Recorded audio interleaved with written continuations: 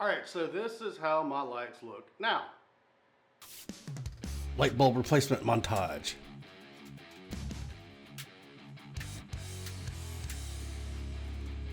This is what your shop looks like with better lighting, and your camera needs better lighting because then everything will look better.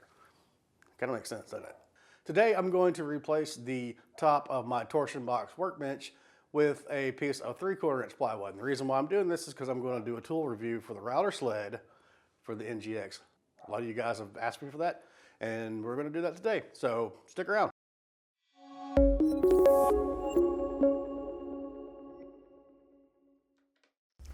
And welcome to another review video. So I'm going to go ahead and take the top off of my workbench. This is a 1/2 inch piece of sanded ply, and the sides are poplar. I'm just going to use this little crowbar thing to take off the sides very carefully because I'm going to reuse them with the new top. And I'm going to remove my poor excuse for a vise. This thing is completely pathetic. I need one of those twin turbo vices. So hey, Andy Klein, hey, I want to do a tool review. Hook a brother up. And here is the new top. This is a piece of 3/4 inch cabinet grade birch plywood from Lowe's. This is also the same plywood I have on my torsion box workbench for the drawer fronts. Now I'm going to take the clamp guide with the circular saw sled, and we are going to trim the top to the size. This is going to be a little bit oversized because I'm going to use a flush trim bit to flush it up with the torsion box sides.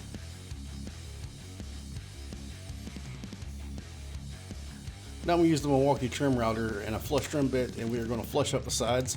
If you want to see a review for this router, click the card above.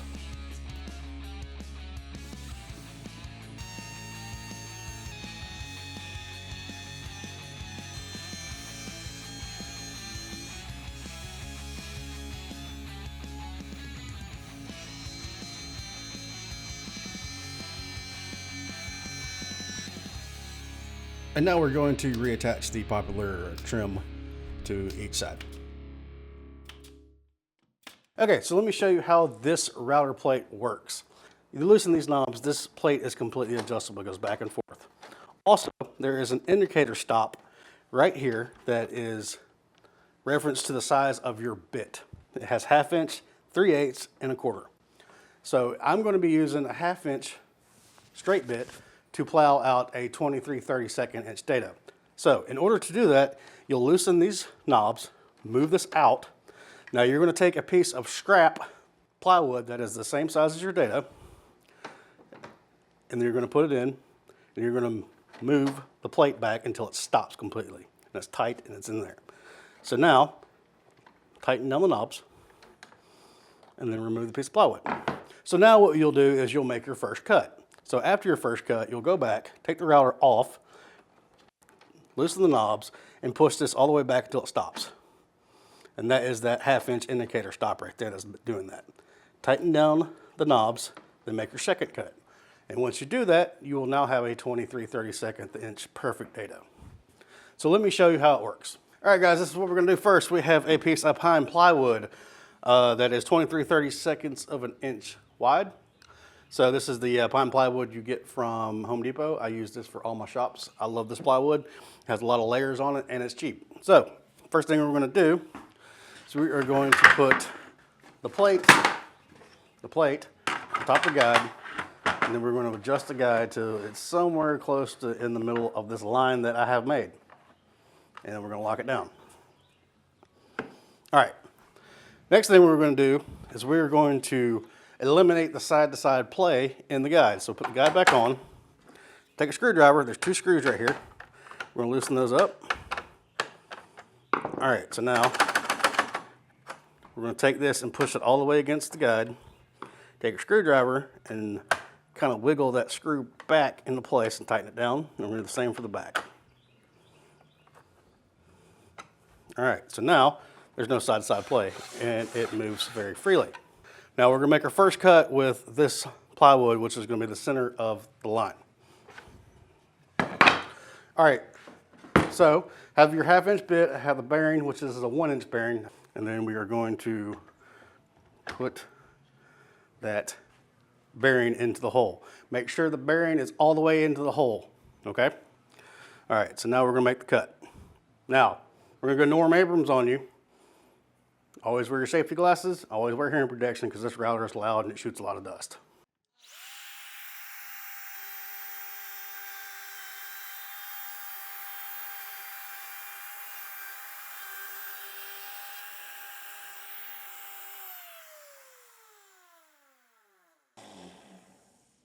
Okay, one bit of advice here.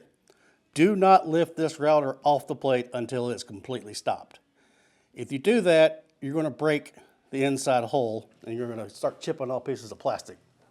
How do I know this? Because I've already done it. This is what happens if you do that. Yeah, see that right there? Big chunk taken out of it. And it does not work properly after that if you do that. So make sure you turn the router off completely before lifting it off the plate. All right, so now we're gonna put the plate back on. And now we're gonna move it over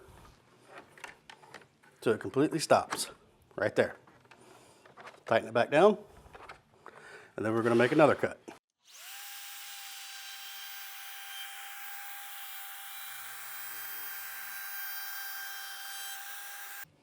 Now the router's completely turned off, I can take it off.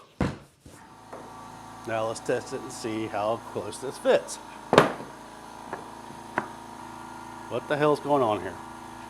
For the last clip you saw me do a dado, but the dado was a little bit off, probably about 1/8 of an inch. And I said bad words, and I apologize for that. But anyway, I figured out what was wrong. All right, so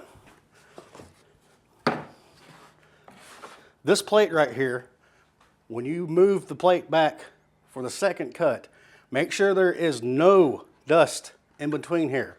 When I went back and looked at the plate, there was a big old chunk of sawdust in between the stop and the actual plate. So I cleaned that off, and then I flipped the board over and did another cut. Now, the dado is perfect.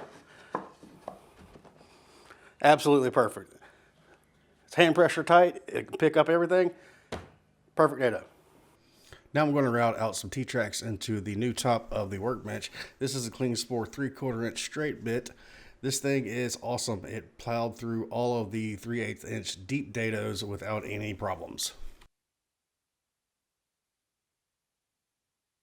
So now I'm going to route out a couple of T-tracks. I'm actually going to use the clamping edge itself to draw a straight line.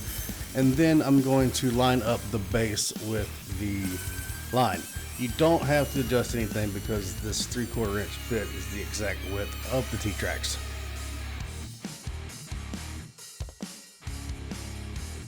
BORA was actually kind enough to send me the extension rails for this, so now I can cut up to 100 inches. So now we are going to route out a lengthwise dado for the T-track.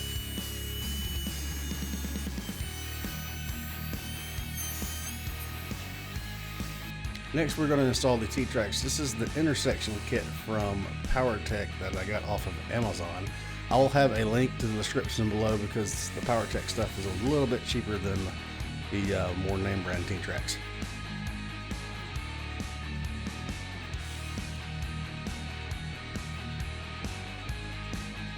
All right, guys, let's go over some pros. This thing makes very, very accurate dados for undersized plywood. The adjustment features for the width of the plywood is very, very easy to use.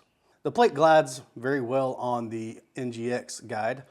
Although this plate is a WGX, which is their older model, I don't think they have a new model for the NGX yet, or they just decided to use this one because it works just fine. So in my last video, you'll remember me giving the square some really big thumbs downs. But the actual square works very well in this setup because the cutting area is actually further away from the guide. So the square doesn't really get in the way that much. So let's go over some cons. There's only really two. The first one is I wish they had some kind of clamp down system for the router and make it a little bit more stable. I didn't really experience any kind of problems with it coming off or it wobbling or rocking. It was actually seated pretty well. The next one is I wish they had some kind of dust shroud between the guide and the base where you adjust it, because you saw in the last clip the data was off because there was some dust in between there, and it threw it off a little bit. But once I got it cleared out and made the cut again, it was perfect. All in all, I'm going to give this router plate a 9 out of 10. It works very well, very easy to use. It cuts very, very accurate dados, even for undersized plywood, which I really like that feature because, hell, most plywood's undersized. So, unless you're going to get the cabinet grade stuff, which is expensive. So, that's a plus. The clamp down feature is not there, which that's kind of a bummer, but it's not that big of a deal. It doesn't really hurt it from its performance. Thank you guys for watching. If you like this video, go ahead and hammer that like button and hit the notification bell. Subscribe to the channel if you think I have deserved it. And I hope you guys have a great day.